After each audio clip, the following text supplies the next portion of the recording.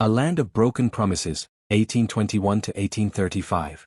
The land called Tagus stretched endlessly under a blazing sun, a vast, untamed wilderness of mesquite trees, dry riverbeds, and rattlesnake-filled plains along the northern frontier of the newly born nation of Mexico.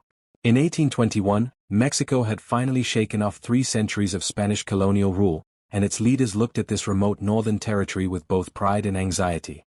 It was too empty, too wild, and too far from Mexico City to defend or develop on its own. The solution seemed simple: invite settlers. Mexico opened its borders to American colonists, offering generous land grants to those willing to become Mexican citizens, convert to Catholicism, and swear loyalty to the Mexican government. Thousands came: farmers from Tennessee and Kentucky, lawyers from South Carolina, adventurers from Virginia and Louisiana. They came with their tools, their long rifles, their families, and, in many cases, their slaves. By the early 1830s, the Anglo-American population of Texas had swelled to over 30,000, vastly outnumbering the native Mexican Tejano population. But these colonists, called Texians, carried their old lives with them. They kept speaking English. They kept practicing Protestantism. They kept their slaves even as Mexico moved to abolish slavery entirely. They argued with Mexican authorities over taxes, immigration laws, and the right to self-governance. What had been a simple arrangement of land for loyalty was becoming something far more complicated, and far more dangerous. The Rise of the Tyrant, 1833 to 1835. Into this simmering tension stepped one of the most consequential figures in Mexican history, General Antonio López de Santa Anna. He was not a simple villain. He was charismatic, brilliant, and utterly ruthless, a man who compared himself openly to Napoleon Bonaparte and who had, in earlier years, actually championed the rights of the Mexican states against centralized power. But power corrupts, and absolute power corrupts absolutely.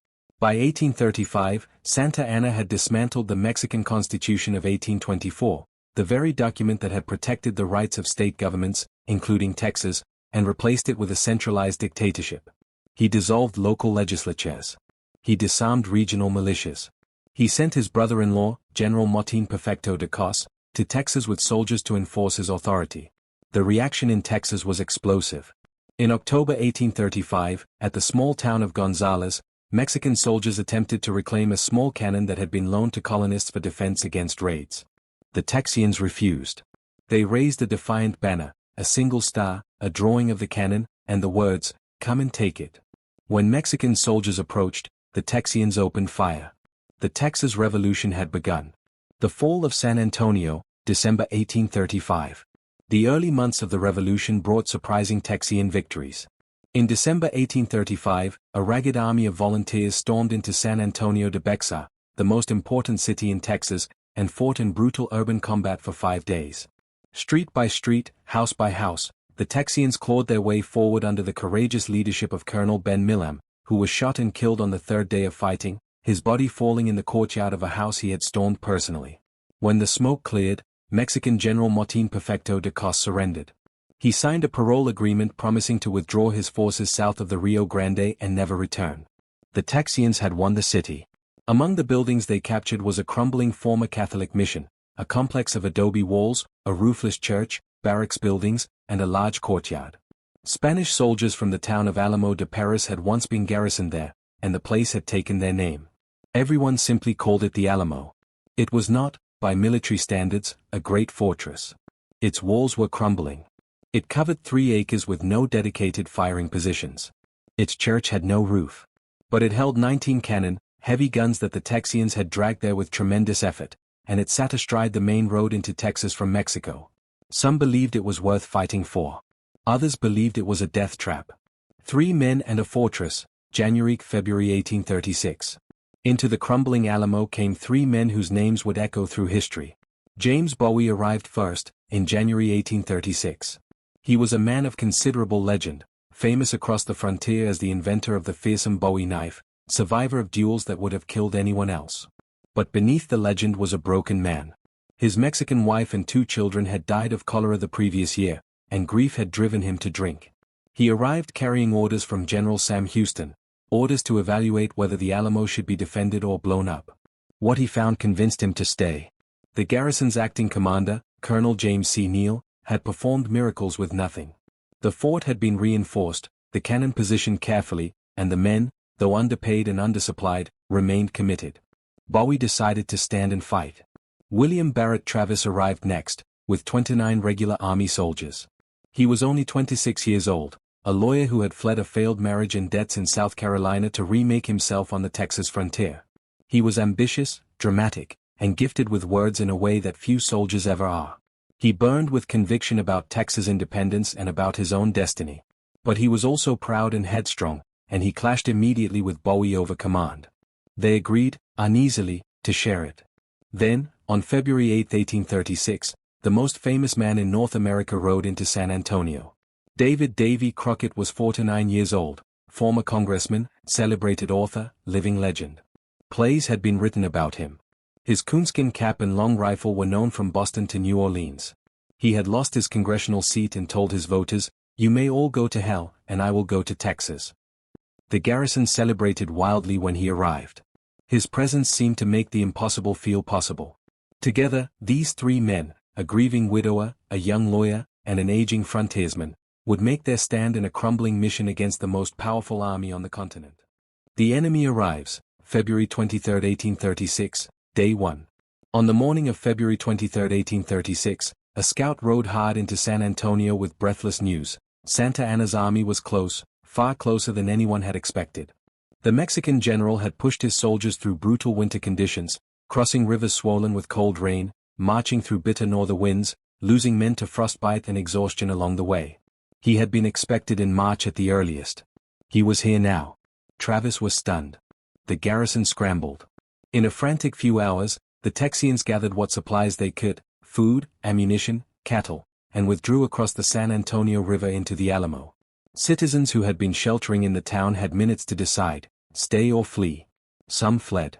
Others, including several women and children, took refuge inside the mission walls. By early afternoon, the first units of Santa Anna's cavalry appeared on the hills overlooking San Antonio. Travis called for a parley. A Mexican colonel named Juan Almonte rode forward and issued the demand, unconditional surrender. All rebels would be treated as traitors to Mexico.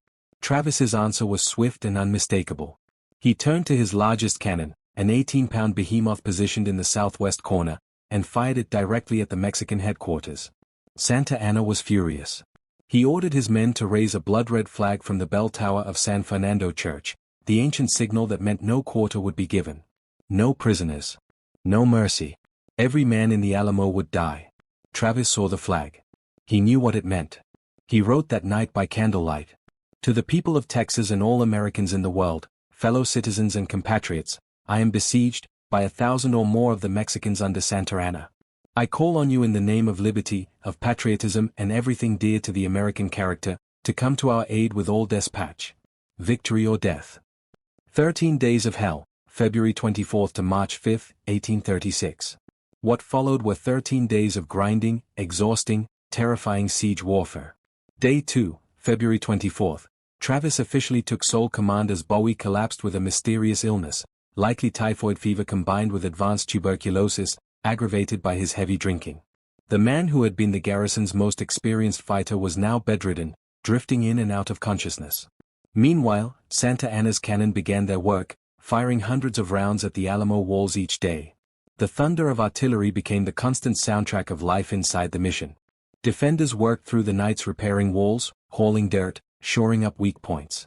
Day 3, February 25. A force of 400 Mexican soldiers moved towards small huts on the southwest corner of the Alamo, intending to use them as cover for artillery batteries. Travis called for volunteers to burn the huts in broad daylight, within musket range of the enemy. Men volunteered. With Crockett's riflemen providing covering fire from the wooden palisade, a small team dashed out and set the huts ablaze. The Mexicans were pushed back.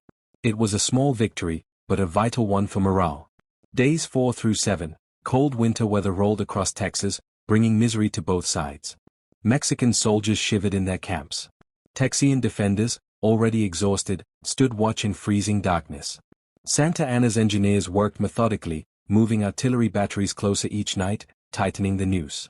The irrigation ditch that supplied the Alamo with water was cut. The defenders dug a well inside the compound, racing against time. Day 8, March 1st. In the early morning darkness, 32 men from the town of Gonzales slipped through the Mexican lines and entered the Alamo. They were the only meaningful reinforcement the garrison would ever receive. The garrison now numbered roughly 185 to 257 men. Historians still debate the exact figure. Against them stood an army that would eventually number between 1,800 and 6,000. The math was brutal. Day 9, March 2nd, at a convention in Washington on the Brazos, Texas delegates formally declared independence from Mexico, creating the Republic of Texas. The men in the Alamo were now fighting not just as rebels, they were fighting for a new nation. They did not yet know it. Day 10, March 3rd, the last messenger to enter the Alamo arrived. His name was James Bonham. He carried devastating news. Colonel James Fannin, who commanded 400 men at the fort in Golid, the only significant Texian force close enough to help, was not coming. Fannin had attempted to march but turned back. The Alamo was alone. Travis gathered his men. The end was near, and everyone knew it.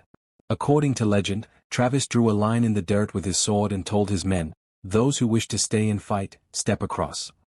All but one man stepped across. The lone holdout, an older man named Louis Rose, slipped over the wall that night and escaped into the darkness.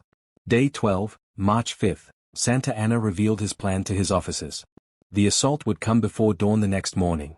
There would be no scaling ladders, no subtlety. 4 columns of soldiers would rush the walls simultaneously from 4 directions, overwhelming the garrison by sheer weight of numbers. Many of his officers objected. The walls were weakening from the cannon fire, and if they waited just a few more days, the fort might collapse on its own without costing a single Mexican life. Santa Anna refused. He wanted blood. He wanted to make an example. That night, for the first time in nearly 2 weeks, the Mexican guns fell silent. The sudden quiet was, in some ways, more terrifying than the constant bombardment. Inside the Alamo, exhausted men slept at their posts. Before dawn, the final assault, March 6, 1836, 5:30 a.m. Before the sun rose on March 6, 1836, the Mexican army moved silently into position. 4 columns, totaling somewhere between 1,400 and 1,800 assault troops, formed up in the cold pre-dawn darkness that surrounded the Alamo on all sides. They were ordered to attack in complete silence. No bugles. No drums. No battle cries, not until the walls were breached. At approximately 5:30 in the morning, a single bugle sounded. The order to charge was given. What followed was 90 minutes of pure, terrifying chaos.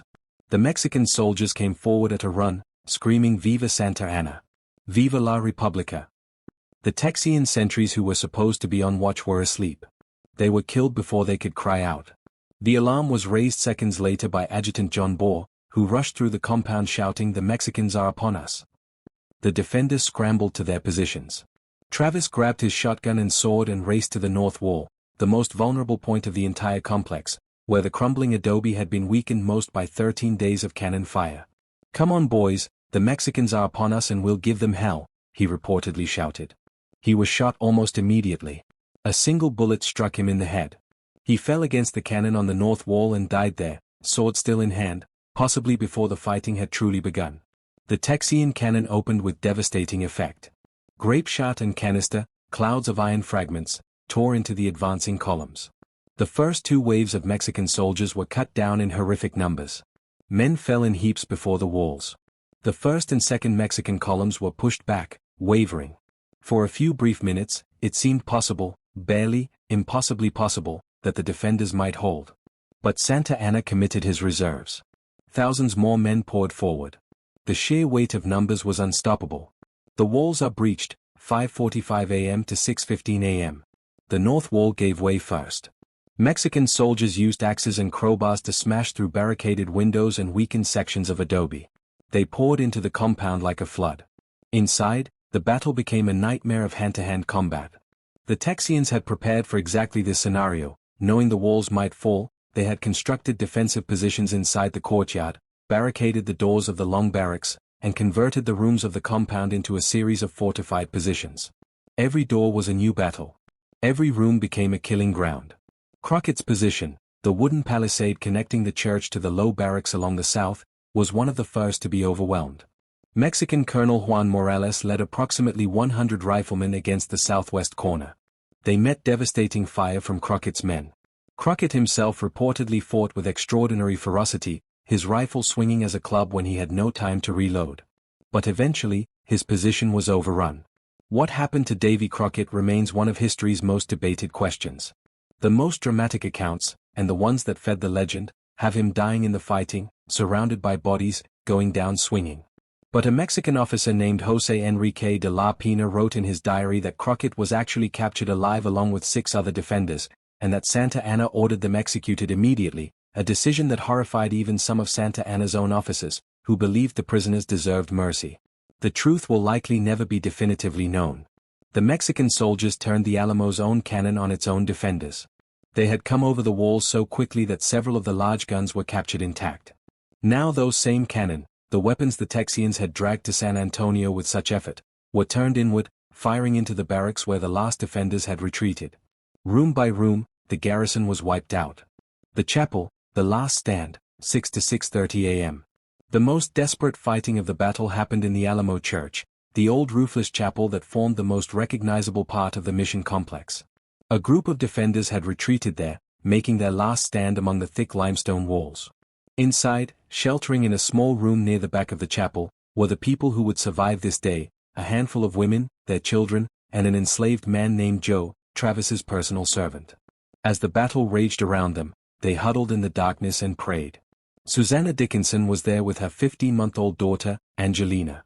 Just before the final assault, Travis had placed his gold ring around the baby girl's neck, as if in a silent acknowledgement that the child would live while he would not. The last Texian defenders died in the chapel. Some were shot. Some were bayoneted. The fighting lasted, by most accounts, a total of about 90 minutes from the first bugle call to the last shot. When it was over, the Alamo was silent. Nearly every man who had chosen to stay and fight was dead. The precise number of defenders killed remains disputed. Historical estimates range from 182 to 257. The Mexican army had suffered perhaps 400 to 600 casualties in the assault, a horrific price for 90 minutes of fighting. Santa Anna walked through the ruins of the Alamo and surveyed what his army had done. Bodies lay everywhere. The smell of gunpowder and blood was overwhelming. He ordered the survivors, Susanna Dickinson, her baby, the other women, Joe the enslaved man, brought before him. He questioned them personally, then did something unexpected. He let them go. He gave them each $2 silver and a blanket, and sent them eastward toward the Texian settlements with a message to deliver to Sam Houston. This is what happens to those who defy me. The funeral PYIE, March 6 to 7, 1836. Santa Anna refused to allow the Texian dead to be buried with honor. He ordered the bodies gathered and burned. 3 large funeral pyres were built, layers of wood alternating with the bodies of the Alamo's defenders, and set alight. The fires burned through the night of March 6 and into the following day.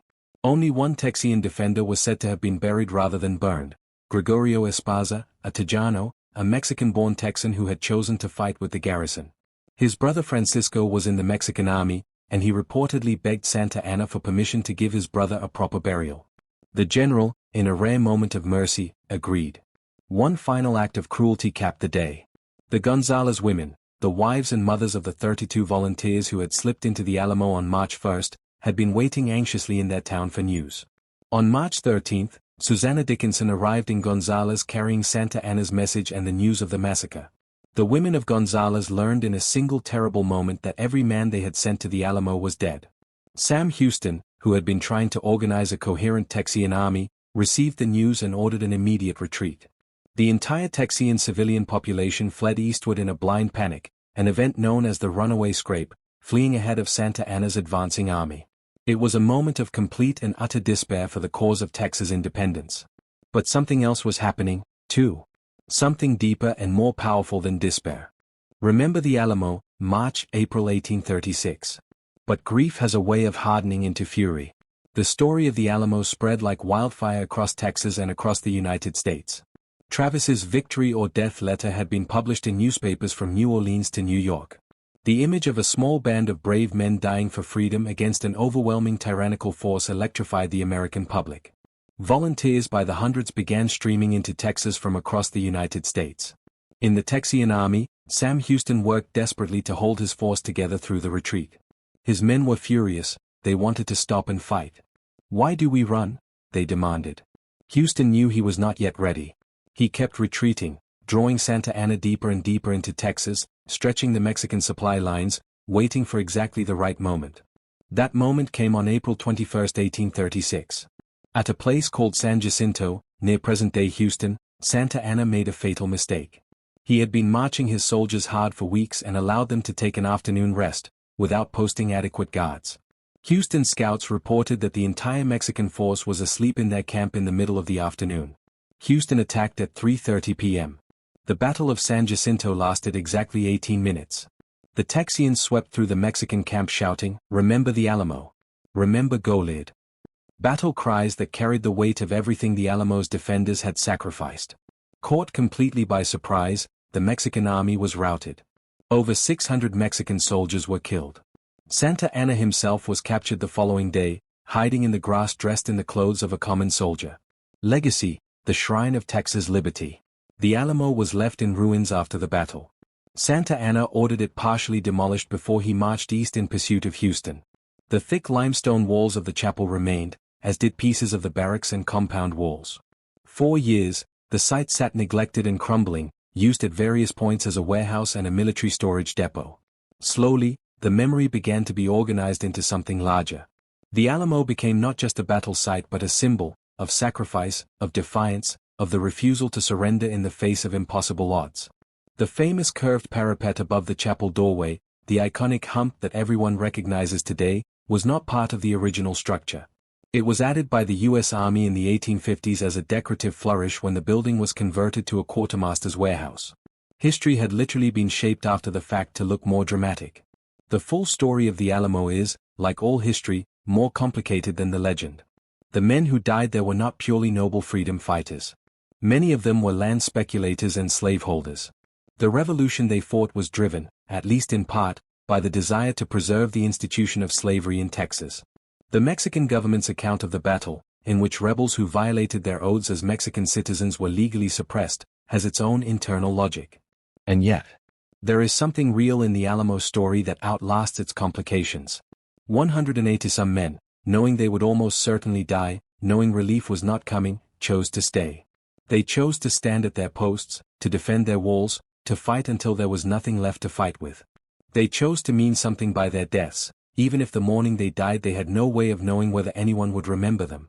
Travis did not know his letter would become one of the most read documents in American history. Crockett did not know his death, however exactly it happened, would be debated and discussed for nearly 2 centuries. Bowie did not know he would be remembered as one of the great heroes of the Texas frontier. They knew only one thing, the flag they had raised. And they chose not to take it down. Epilogue, the words that outlived the walls. On the wall of the Alamo Chapel today, there is a plaque that quotes Travis's final letter. Millions of people read it every year. School children memorize it. Soldiers have carried it into battle. Politicians quote it in speeches. I shall never surrender or retreat. Victory or death. William Barrett Travis was 26 years old when he wrote those words. He was dead within 2 weeks. The cause he died for, Texas independence, was achieved within 6 weeks. The nation he helped birth would, 9 years later, be absorbed into the United States, becoming the 28th state. The Alamo itself, that crumbling collection of adobe and limestone, never designed to be a fortress, never adequate as a military position, became the most famous building in Texas history. It survived. Everything around it changed. The city of San Antonio grew up around it. Skyscrapers rose within sight of its walls. But the old chapel endures, its stones still carrying the marks of cannon fire from that morning in 1836. The men who died there are gone. The fires that consumed their bodies have been cold for nearly 2 centuries. But the question they answered, with their lives, on a cold March morning in a crumbling mission, still echoes. When everything is lost, when no help is coming, when the walls are falling and the enemy is at the gate, what do you choose to stand for? The defenders of the Alamo chose to answer that question. And the world has never forgotten their answer.